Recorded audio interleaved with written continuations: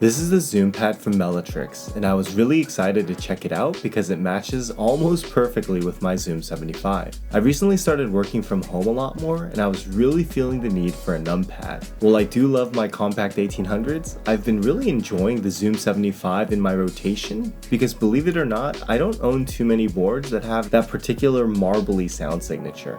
On a side note, I'm so sorry for the lack of consistent content lately. I had to move pretty unexpectedly, and between the packing and unpacking along with starting a new job, it's been a lot of transitions. I wanted to give a shout out to several vendors and creators who have been infinitely patient with me while I've been going through my life transitions, including Ghost Keyboards, Chosfox, Keyspensory, Unikeys, Velocifier, Geon, and oh man, the list goes on. The good news for you guys though is that I've got plenty of content coming up and a lot of really unique stuff in the review queue, so make sure you're subscribed if you aren't already. Getting back to the zoom pad, it's a numpad with a scroll wheel and it's supposed to be the perfect accompaniment to the Zoom 75. Same angle, front and back heights, and it's clear they come from the same design ethos. Although in the photo, it looks like the zoom pad is higher than the keyboard, I've been told that in the production model, the feet will be adjusted to be a perfect match. One other thing to note about the anodization is that there is a difference between the standard black and the special edition. The standard black Zoom 75 has a slight texture to the finish that I really enjoy, while the special edition black zoom pad has a smoother finish and a brass chamfer accent, which looks clean but once again doesn't perfectly match the standard edition. So keep that in mind if you're trying to match finishes. Luckily, the zoom pad comes in all the same colors and finishes as the Zoom 75, along with the tri-mode PCB which allows for wireless connectivity. You can play around in the configurator to check out all the different color options.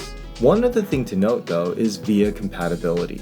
While the zoom pad is technically VIA compatible, I'm on a Mac and I can't get VIA to work properly, both in Chrome or in the desktop app, but your mileage may vary.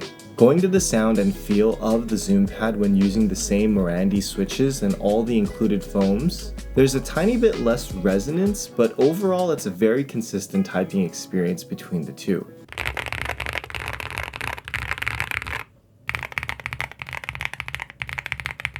One thing I was concerned with was the volume knob, as I didn't know if it would function properly in macOS, but I was really happy that it controls system volume. Overall, I feel like a numpad review is a bit of a difficult beast. If you need a numpad, you can't really go wrong with one of several options that are on the market. I mean, a numpad is kind of a unique and niche requirement, even in the niche mechanical keyboard hobby. You kind of know if you need one or want one or don't. And after all, what if you're watching this video and you didn't order a Zoom 75? Well, I think another area where the zoom pad shines is the cost. Because it starts at just $79 for the wired Essential Edition, it's pretty much the least expensive full aluminum numpad with a knob that I could find. And the value proposition goes up when considering you can buy it with a Bluetooth PCB and a battery for under 90 bucks. The product pages aren't currently live on the Melitrix website, but they will also have regional vendors, so check them out. Check out some more keyboard content here. I'm MakerMods, and I'll catch you in the next video.